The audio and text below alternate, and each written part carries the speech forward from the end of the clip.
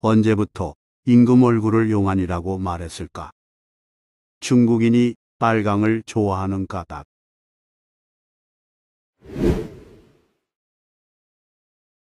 신앙은 용안을 들었다. 어리지만 영특함과 자애심이 사무친 용안이었다. 왕의 인자스럽던 용안은 금방 딴 사람인 양 암기가 드러나도록 변했다. 위 두 예문에서 알 수 있듯 왕조 시대에는 임금 얼굴을 용안이라고 표현했습니다. 다시 말해 용안은 임금의 얼굴을 높여 이루는 말입니다. 그런데 언제부터 무슨 이유로 그렇게 말하게 됐을까요? 그 연원은 한나라 창업기로 거슬러 올라갑니다. 중국 역사서 사기에 따르면 한나라 초대 황제 유방의 아버지는 유태공이고 모친은 유온입니다.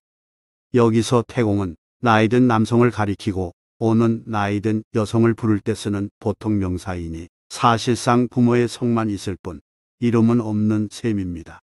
또 어머니의 부모나 형제 자매에 관한 기록도 전혀 없습니다. 이처럼 별달리 내세울 게 없는 집안에서 태어난 유방은 진나라 말기 폐연의 말단 관리로 살아가다가 난세가 되자 수많은 전투를 치른 끝에 마침내 천하를 평정하고 개국 황제가 됐습니다. 유방은 붉은색 황제의 아들이란 뜻의 적재지자라고 자칭했는데 여기에는 사연이 있습니다. 진나라 관리로 일할 때 호송 임무를 맡았던 유방은 사람들을 풀어준 후 술기운을 빌어 밤에 샛길로 늪지를 통과하고자 한 사람을 보내 먼저 살피게 했습니다. 잠시 후 그가 돌아와 두려워하며 보고했습니다. 앞에 큰 뱀이 길을 막고 있으니 돌아가는 게 좋겠습니다. 하지만 약간 술에 취해 있었던 유방은 대장부가 길을 가는데 무엇이 두려우냐라고 말하더니 그리로 가서 칼을 꺼내 큰 뱀을 둘러 가르고 길을 열었습니다. 그리고는 유방은 취하여 누워 잠에 빠졌습니다. 그 직후 그 새끼를 지나는 사람들 앞에 한 노파가 나타나서 대성통곡하더니 말했습니다. 내 아들은 백제의 아들이라오. 그는 몰래 인간 세상에 나왔으므로 돌아다녀서는 안 되었다오. 내 아들은 잠자던 중에 뱀으로 변신했는데 적재지자가 가는 길을 가로막다가 불행하게 죽임을 당했으니 이 어찌 슬프지 않겠소. 사람들은 노파가 헛소리한다고 여겼습니다. 그런데 여러 사람이 몇 걸음 걸어가다가 문득 뒤돌아보니 그 노파가 보이지 않았습니다. 둘로 갈라져 죽은 큰 백사도 보이지 않았습니다. 놀란 사람들은 기이하게 생각하면서 그 노파의 말을 사실로 믿게 되었습니다. 얼마 후 잠에서 깨어난 유방은 신기하고 괴이한 이야기를 전해 듣고는 이때부터 적재지자라고 자칭했습니다. 유방은 혈령을 죽이고 거사에 나섰을 때 적재지자 명의로 하늘의 제사도 지냈습니다. 유방이 한나라를 세운 후 신격화 작업이 진행되어 적재지자와 연관된 신비로운 일이 기록됐습니다.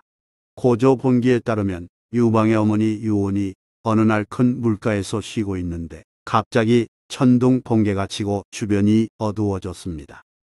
그러더니 어디선가 교룡 한 마리가 벼랑간 나타나서 유온의 몸 위를 덮쳤습니다. 그때 마침 태공이 와서 보니 교룡이 아내의 몸 위에 있었습니다. 이후 아이를 뵙고 태어난 이가 한고조 유방입니다. 예컨대 백사에서 차가 나여 적재와 교룡이 나왔고 이에 연유하여 한나라 때부터 중국에서 붉은색을 행운의 상징으로 여겼습니다. 또한 한고조는 용의 아들로 용과 통일시되고 신으로부터 왕권을 부여받은 위대한 인물로 숭배됐습니다. 한나라 역사가 사마천은 한고조의 용모를 다음과 같이 적었습니다. 고조의인 융준이 용한 미수염 좌고 유칠시 이읍자. 우리말로 풀이하면 고조의 사람됨은 우뚝 솟은 코의 용안이었고 수염이 아름다웠다. 왼쪽 발에 72개의 검은 점이 있었다. 사마천이 사용한 고조는 정식 호칭 태조 고왕제의 약칭이며 이로부터 군주 얼굴을 용안이라 일컫게 되었고 후세의 왕이나 황제도 같은 예우를 받았습니다. 한편 한적이라는 종명을 만들어낸 한고조는 중국 역사상 용인술이 가장 뛰어난 인물로 평가받고 있습니다. 좋아요 및 구독은 영상 제작에 큰 힘이 됩니다. 고맙습니다.